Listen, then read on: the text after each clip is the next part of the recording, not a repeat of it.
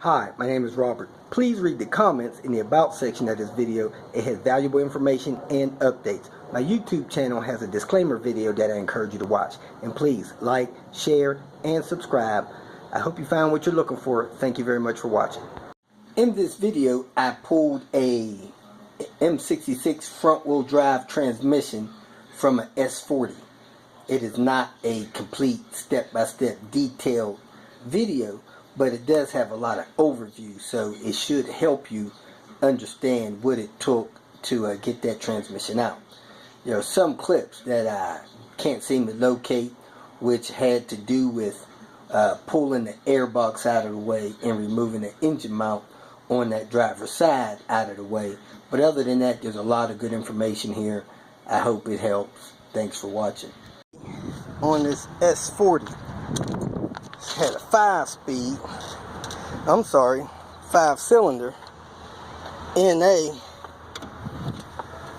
with a manual transmission, a 6-speed manual transmission. So, interested in this transmission. So I'm going to take it, the shifter, maybe the flywheel, and the cables, and either sell it or put it in Queen Bee. I don't think the splines fit the end motor. May have to switch to RM, but I don't know. There's a clutch for a end motor over there, so I'm gonna see if it slides over here. Anyway, took some stuff off of it yesterday. Try to finish it up here real quick today. Put an hour and a half in on it yesterday. Got the airbox out, this mount off the top. Taking the strut tower loose, pull it out. Hopefully it'll pull out the CV axle. Great, pop this. Starter's bolted on. Go from there. Heck, the starter will come off with it, but I don't want the starter. I pulled the hose off, so if somebody needs that, the hose is there. Not sure why the car ended up here. My guess is the clutch was due, and the price they got quoted for doing the clutch and the pressure plate on this thing sent them in shock, and they just bolted. Sent the car to the crusher instead of doing a shock, instead of doing the clutch and stuff on it. So let me get on the inside. To remove the panel under the steering wheel, you got 2 screws way down there. One there, one there. They're T25s. Then it unattaches, I'm assuming. Make sure the carpet's not catching it. And let me try to work it from under this. Oh, that comes down. Now, this should come out of here pretty easy. Looks like it's got some latches on it. Let me pull this out. A T25 up here, driver's side of the steering wheel. I don't see anything else. Something's holding on kind of tight. Let me get in here and see what's going on. This clip up on this side was kind of tight. And then you got this plug here for this light assembly. Has to come loose. I don't know how that works. There it goes. Put a screwdriver in there. Pops right loose. And you got your kick panel removed. Center console loose. I got a couple T25s there. I'm gonna check in the armrest, pull that thing out, pull this cup holder thing out here, see if I got any screws down there to get this center console loose. I see a plug there. Center console, you pry this off, undo the lighter, pull those 4 T25s there, pull those couple up there. I don't see anything in here, so let's see if it comes up after I remove those 6 T25.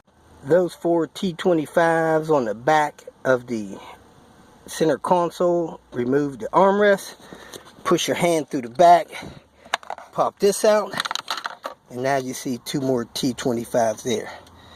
That's probably going to be the 2 that'll get this loose.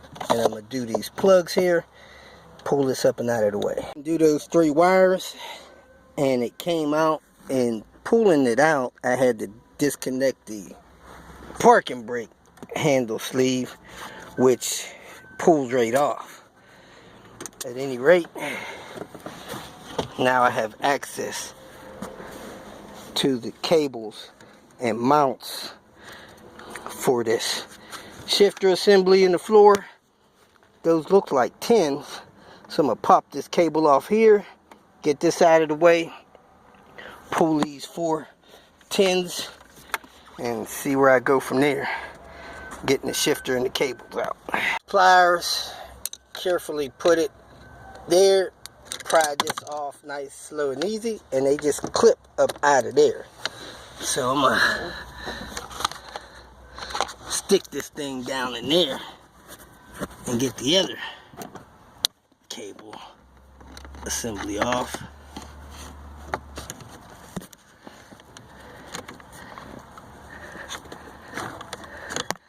Being careful not to damage anything. You don't want to damage.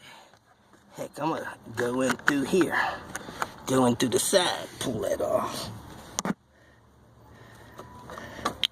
If I can get it up, I might have to get my other needle nose pliers that can get down on there.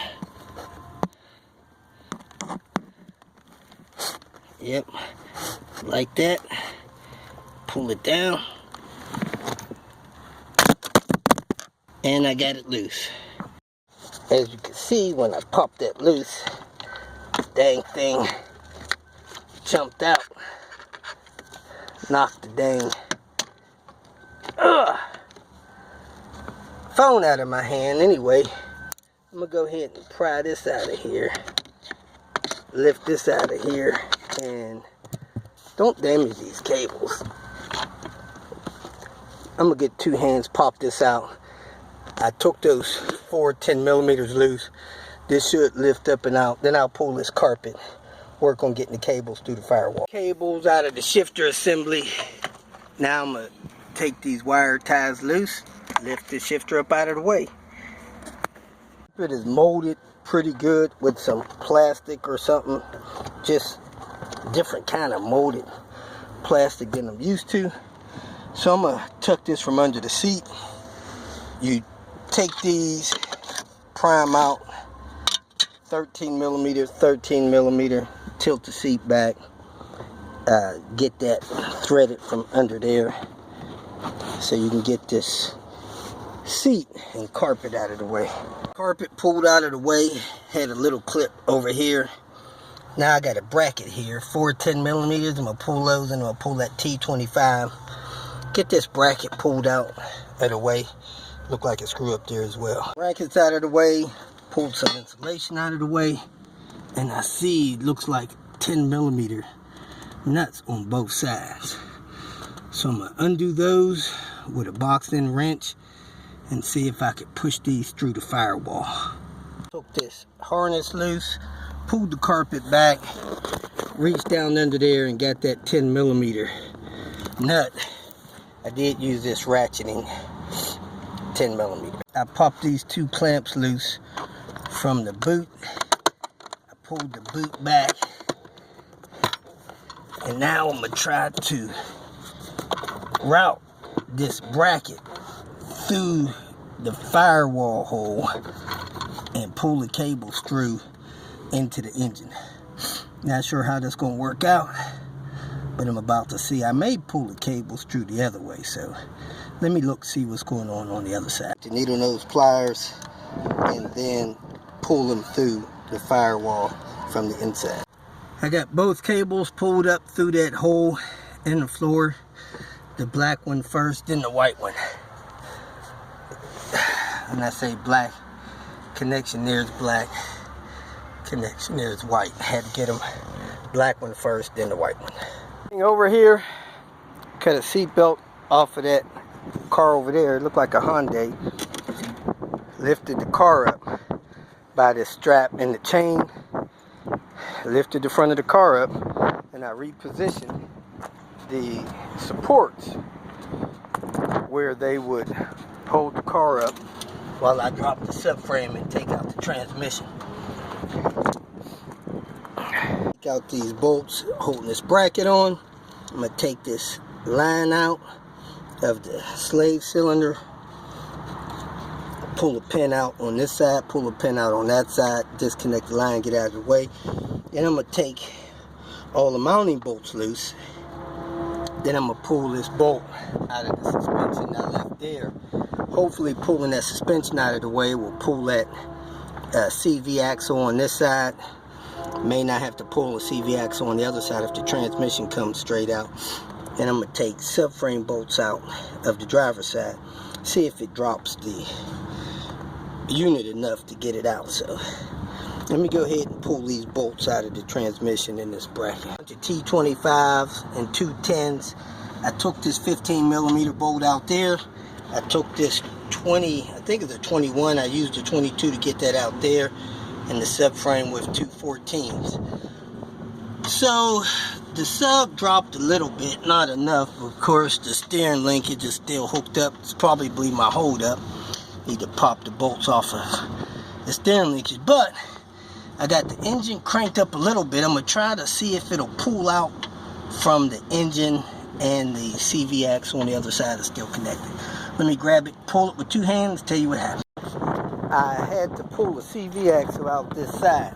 Took the 13mm nut off, took the 15mm nut off the back of the shock, tapped the shock out of the knuckle with a small sledgehammer, pulled the 2 10mm bolts off of the courier, and pulled that axle out. Then me and another guy rocked it off, supported the engine a little bit, got that thing off. Now, you do need to know that the P80 clutch is smaller than the P2 clutch. The clutch on the P2, I mean the shaft on the P2 won't go on the clutch. So it probably won't go in the engine either. I think maybe that's the flywheel that supports that, so probably have to go with a P2 flywheel. If you feel that this information was useful, please like it and share it with your social media friends. You can subscribe to my channel so that you will get notifications of future videos that I post.